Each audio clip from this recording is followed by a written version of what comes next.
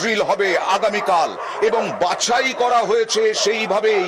Chicken neck কেটে ফেলার হুমকি, চিকেন নেক দখল করে নেওয়ার হুমকি, চিকেন নেক থেকে সেভেন সিস্টার দখল করে নেওয়ার হুমকি, এই সমস্ত দিক খতিয়ে দেখে একেবারে বিভিন্ন জায়গায় দেখাবো গ্রাফিক্সের মাধ্যমে আপনাদেরকে যে বাংলায় 31 জায়গা কিভাবে বাছাই করা হয়েছে। সরাসরি চলে যাব আমার সহকর্মী অতনুর কাছে।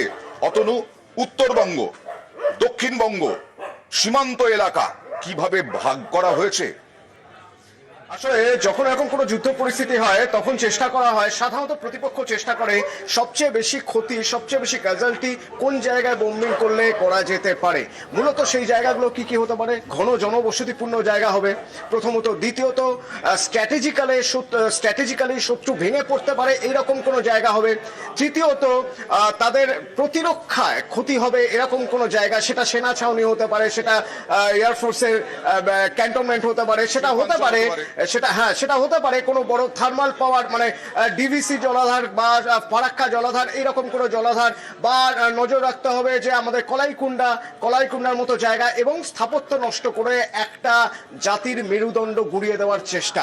তো সেই সব বিষয়গুলো মাথায় রেখেই স্ট্র্যাটেজিক্যালি 31টি জায়গা বেছে নেওয়া হয়েছে আমাদের রাজ্যের। আমি যদি একটু দেখানোর চেষ্টা করি 31টি জায়গা কেন বেছে নেওয়া হয়েছে, তার মধ্যে তুমি বলছিলে প্রথমত হচ্ছে চিকেন স্নেক, এই জায়গাটা সবচেয়ে ভাইটাল। এই জায়গাটা যদি একবার নষ্ট হয়ে যায় তাহলে ভারতের জন্য বিপদ। ভারতের একটা পার্ট চলে যাবে উপরে, একটা পার্ট চলে আসবে নিচে। এই জায়গাটা সবচেয়ে গুরুত্বপূর্ণ, সেই কারণে বাংলাদেশও বারবার এই চিকেন স্নেক নিয়ে কথা বলছে। কেন, কোন জোর দিয়ে কথা বলছে? তার কারণ বাংলাদেশ বিশ্বাস করে তার সঙ্গে চীন রয়েছে, তার সঙ্গে পাকিস্তান রয়েছে। যদি পাকিস্তান থেকেই থাকে, আর যখন এই যুদ্ধ পরিস্থিতি তৈরি হয়ে গেছে পাকিস্তানের সঙ্গে, তাহলে এই চিকেন স্নেক অ্যাটাক করার জন্য বা এটা নষ্ট করার জন্য বাংলাদেশের সাহায্য নিতে পারে। আর সেই জন্য স্ট্র্যাটেজিক্যালি এই চিকেন স্নেকের কাছাকাছি যে জেলাগুলো রয়েছে, দার্জিলিং, শিলিগুড়ি, জলপাইগুড়ি, কোচবিহার, এই জায়গাগুলোকে ধরে নেওয়া হচ্ছে। এবং রাজ্য কারণ সেভেন সিস্টার আবার বলেছে নিশ্চয়ই উপদেষ্টা যে সেভেন সিস্টার দখল হয়ে যাবে, আর সেই জন্যই স্ট্র্যাটেজিক্যালি এই জায়গাগুলোকে স্পর্শকাতর বলা হচ্ছে। দার্জিলিং, শিলিগুড়ি, জলপাইগুড়ি, কোচবিহার, এপাশে নিচে আলিপুরদুয়ার, এপাশে আমরা যদি দিনাজপুরে চলে আসি, দিনাজপুর এবং হাসিমারা সংরক্ষণ করতে হবে। হাসিমারাও যথেষ্ট গুরুত্বপূর্ণ একটা স্ট্র্যাটেজিক এয়ার বেস আমাদের, সেই জন্য সেই জায়গাটাতেও স্পর্শকাতর হিসেবে ভাবা হচ্ছে। এবার তুমি বলছিলে দ্বিতীয় পর্যায়ে, আমি যদি দ্বিতীয় পর্যায়ের কথা বলি, একটু আগে যেমন বলছিলাম বাংলাদেশের কথা, সেই জন্য এই সীমান্তবর্তী জায়গা, এই পুরো জায়গাটা মুর্শিদাবাদ পর্যন্ত, মুর্শিদাবাদ, মালদা, এই পুরো দিনাজপুরের জায়গা, এই জায়গাটাকে আমাদেরকে সুরক্ষিত করতে হবে।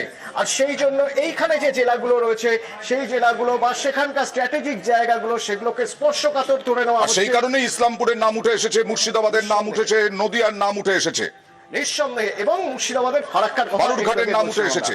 ঠিক, হ্যাঁ, ফারাক্কার কথা বলছিলাম, কারণ ফারাক্কা এমন একটা জায়গা, ফারাক্কা যদি আমরা কোনোভাবে ফারাক্কা ক্ষতিগ্রস্ত হয় তার ব্যাপক প্রভাব পড়বে আমাদের শিল্পে, ব্যাপক প্রভাব পড়বে আমাদের বিদ্যুৎ উৎপাদনে। যে কারণে ফারাক্কার পাশাপাশি অন্যান্য শিল্পাঞ্চলগুলোর কথা মাথায় রাখতে হবে, যার জন্য দুর্গাপুর, বর্ধমান এই জায়গা, এবং দুর্গাপুর, বর্ধমান এই কারণে যে শিল্পাঞ্চল, নিঃসন্দেহে শিল্পাঞ্চল, এবং এই শিল্পাঞ্চলে যদি একবার আঘাত হানা যায় তাহলে একটা জাতির মেরুদণ্ডের উপর বড়সড় আঘাত হানা যেতে পারে। নাম আছে হলদিয়ারও, অবশ্যই হলদিয়া, যে কটা শিল্পাঞ্চল, হলদিয়া গুরুত্বপূর্ণ বন্দর হলদিয়া, এবং এই হলদিয়া বন্দর থেকে শুরু করে আমরা যদি দেখি হলদিয়া বন্দর থেকে এই জায়গাটা সবচেয়ে গুরুত্বপূর্ণ একটাই কারণে, তার কারণ স্ট্র্যাটেজিক্যালি আমরা যদি দেখি তাহলে হলদিয়া বন্দরে যদি আঘাত হানা যায় একটা বড় অর্থনৈতিক ক্ষতি হবে।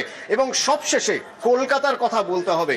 এই কলকাতার কথা বলতে হবে একটাই কারণ, আমাদের মেট্রো সিটি, আমাদের দেশের গর্ব কলকাতা। যে কলকাতায় এমন কিছু সৌধ রয়েছে যে সৌধগুলো বিশ্বাস করা হয় আমাদের ঐতিহ্য, আমাদের ইতিহাস, আমাদের শিকড়। যদি তার উপর আঘাত আনা যায় তাহলে সে আঘাত হবে জাতির উপরে।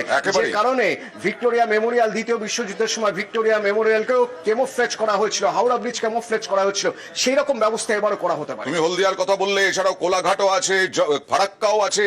এই সব গুরুত্বপূর্ণ দিকগুলোতে এই মক ড্রিলের প্রস্তুতি নিয়ে প্রতিরক্ষা বিশেষজ্ঞরা কি বলছেন একবার দেখাই। যেমন রাজীব কুমার শ্রীবাস্তব, সমীর মিত্র, প্রফুল্ল বাক্সি। এখন আমরা এই স্ট্রাইক করার জন্য এটা শুধু লাইন অফ কন্ট্রোলে হবে না, এটা হয় ওদের ইন্টারন্যাশনাল বর্ডারে হবে, আর ওদের নেভাল অ্যাসেট যেটা আছে, যেটা আরাবিয়ান সি আছে, যেখানে মার্কান কোস্ট আছে, গোয়াদার পোর্ট আছে, করাচি আছে, তার মানে navy air force strategical and missile silo যেটা আছে ওটা অ্যাটাক করবে। তার মানে এটা ফুল ফ্লেজ ওয়ার। আমার মনে হয় দিনের টাইমে অ্যাটাকটা হবে, কিন্তু রাতের জন্য সুরক্ষার জন্য এটা করলো। রিসোর্স ওয়ার ফাইটিং ক্যাপাবিলিটি এটা বলি, ওয়ার ফাইটিং ক্যাপাবিলিটি শুধু আমাদের ডিফেন্স ফোর্সেস নয়, ওর মধ্যে মানুষের অনেকগুলো যোগদান আছে। আর যুদ্ধক্ষেত্রে যাওয়ার জন্য প্রস্তুতি নেবেন আমি জানি, তাহলে পেছনে আমাদের কি দরকার? পেছনে আমাদের ডিফেন্স প্রোডাকশন, পেছনে আমাদের মানুষের সাপোর্ট, পেছনে আমাদের হসপিটালের সাপোর্ট, চেন আছে, লজিস্টিক চেনটা অ্যাক্টিভেট হয়ে গেছে এখন। যুদ্ধকে যদি তুমি সরাতে চাও, যুদ্ধকে যদি জিততে চাও, তাহলে অগ্রিম প্রস্তুতি দরকার, যাতে করে যারা এনিমি আছে তারা জানতে পারে যে এদের সঙ্গে যুদ্ধ করতে গেলে তার কি কি লোকসান হবে। কোনো যুদ্ধ সিঙ্গেল প্রঙ্গে হয় না, সিঙ্গেল অ্যাপ্রোচে হয় না। এখন লড়তে গেলে তিনটে ইনসিঙ্ক হতে হবে, আকাশে, স্থলে এবং জলে। অনেকেই চাইছেন যে যুদ্ধটা না হোক, খুব ভালো কথা, কারণ যুদ্ধ কোনোদিনই ভালো কিছু হয় না।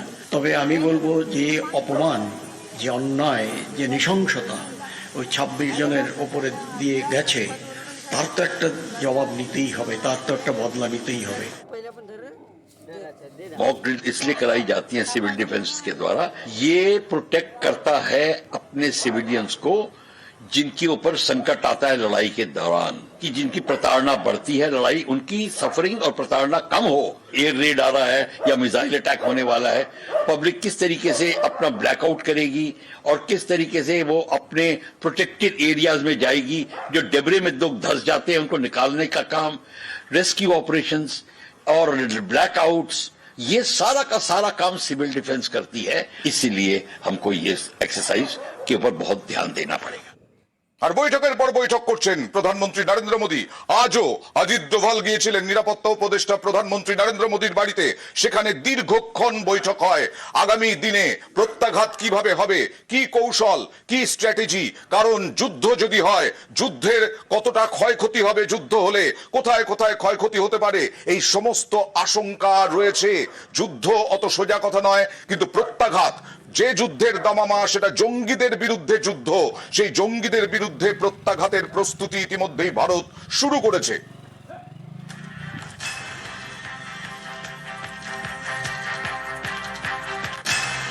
মক ড্রিলের প্রস্তুতি, আগামীকাল মক ড্রিল, আজকে মক ড্রিলের প্রস্তুতি বিভিন্ন রাজ্যে, কলকাতাতেও 31টি জায়গায়। আর শুধু এখানেই থেমে নেই, কেন্দ্রীয় স্বরাষ্ট্র সচিব বিভিন্ন রাজ্যের মুখ্য সচিবের সঙ্গে বৈঠক।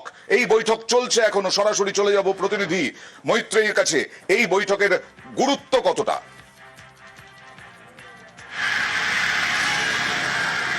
দেখো, অত্যন্ত গুরুত্বপূর্ণ এই বৈঠক, তার কারণ আগামীকাল এই মক ড্রিল হতে চলেছে। গতকালই স্বরাষ্ট্র মন্ত্রকের তরফ থেকে একটি নির্দেশিকা দেওয়া হয়েছিল, এবং সেই নির্দেশিকা দেওয়ার পর সমস্ত রাজ্যকে নির্দেশ দেওয়া হয়েছিল যে তারা এই মক ড্রিলের প্রস্তুতি করুন, এবং তার সঙ্গে সঙ্গে ভাইটাল ইনস্টলেশনগুলিকে ক্যামোফ্লাজ করার জন্য যে প্রক্রিয়া, সেই প্রক্রিয়া শুরু করার নির্দেশ দেওয়া হয়েছিল। ফলে আজকে মুখ্য সচিবদের সঙ্গে বৈঠক করে কেন্দ্রীয় স্বরাষ্ট্র সচিব সেক্ষেত্রে দাঁড়িয়ে প্রত্যেকটি রাজ্যের ক্ষেত্রে প্রশাসনিক স্তরে কি কি পদক্ষেপ করতে হবে সে বিষয়ে এই বিস্তারিত বৈঠক ডাকা হয়েছে, এবং সে বিষয়ে কিন্তু বিস্তারিত আলোচনা হয়েছে এই বৈঠকে বলে আমরা জানতে পারছি। यूपी के हर जिले में पुलिस फूड से लेकर के एसडीआरएफ, हर विभाग पूरी तरीके से चौकन्ना। जंग के साथ बजने से पहले फुल ऑन रिहर्सल की जा रही है, ताकि जब युद्ध जैसे हालात बने तो पाकिस्तान को न सिर्फ खत्म किया जा सके, बल्कि अपने नागरिकों को सुरक्षित भी रखा जा सके।